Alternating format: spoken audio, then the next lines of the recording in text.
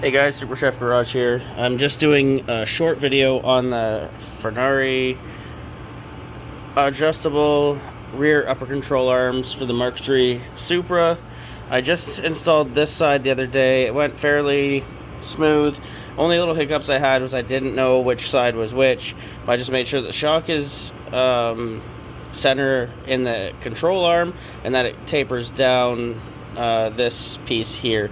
I am pretty sure that they are side specific, but I can't be 100%. I'll have to message I think his name's Dominic. I can't really remember at the moment, but here it is. This side is all installed. I'll take you over to the other side. We'll have a quick look.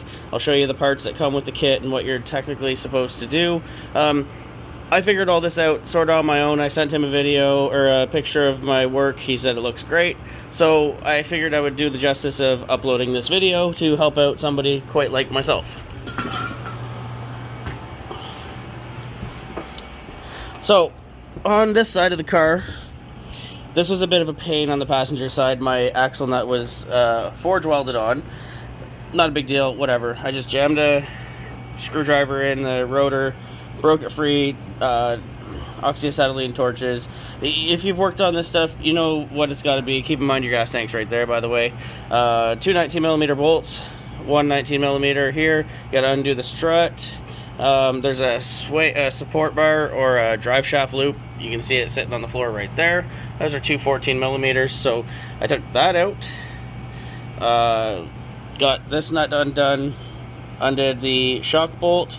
Took the control arm, swung it around so I could get to the upper control arm bolt, pulled that out. Now it's time to assemble the upper control arm. That is fairly simple. I don't think I missed anything in this. Seems a lot more simple when you have it already disassembled, but there you go. That is that. And kind of a nutshell anyway. I made my own penetrant for all of my rusty hardware. This car is never winter driven. It is a Canadian car, but it is never winter driven, so it shouldn't be a problem. Now, quickly, I have these wonderful deck boards that are kind of measured out. And what I did to get, because I was having negative camber, that's why I bought these, and too much negative camber, wearing out expensive tires. Anyway, I took a threaded rod, put it through both of the control arms.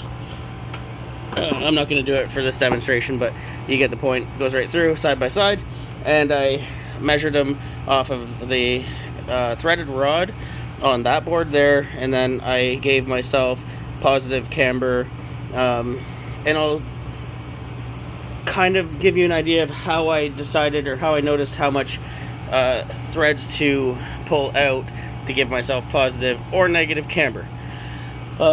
Using a spirit level, I put it on the spoiler. I leveled the car on the jack stands. This is just a half-ass guide to getting what you need. Possibly an alignment shop, but I don't know. I haven't had good luck with those either. So anyway, that's what I did is I put the spirit level on the spoiler, took a base measurement with a camber adjustment tool. By camber adjustment tool, I mean one of these here magnetic camber thing. You zero it with the level, find out where your camber is, negative or positive, and then decide how much degrees you need to go to get your vehicle right again. So just to give you an idea how much negative camber I had, this is the inside of a nice Pirelli tire. Hoping to get a little bit more running out of it, but it's definitely a little thin on the edge here. But I did give myself 3 more degrees of positive camber, bringing the center hopefully out a little more. And anyway, so here's what you get in the kit that you have to technically assemble yourself. The ball joint, which goes on, and it has this little plate with the boot over it. Okay, I put Loctite on all of these, just the regular thread locker, nothing too heavy, or I don't want to fight with it in the future if I have to take it off. It is a rear one. It shouldn't wear it out, considering those are 30-year-old ones that are already on there. So this is just a bare piece of metal that comes in the kit, already welded and machined and everything, and threaded. These are reverse threads. Don't try to screw it in forward. You'll never get there. and then these aluminum bushings that go in there.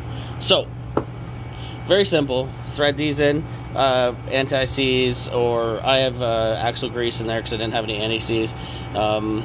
Put these bushings in. Basically, you can see here's one of them. I believe the gentleman makes these in his shop. I'm not sure 100%, but probably on some sort of a fancy lathe.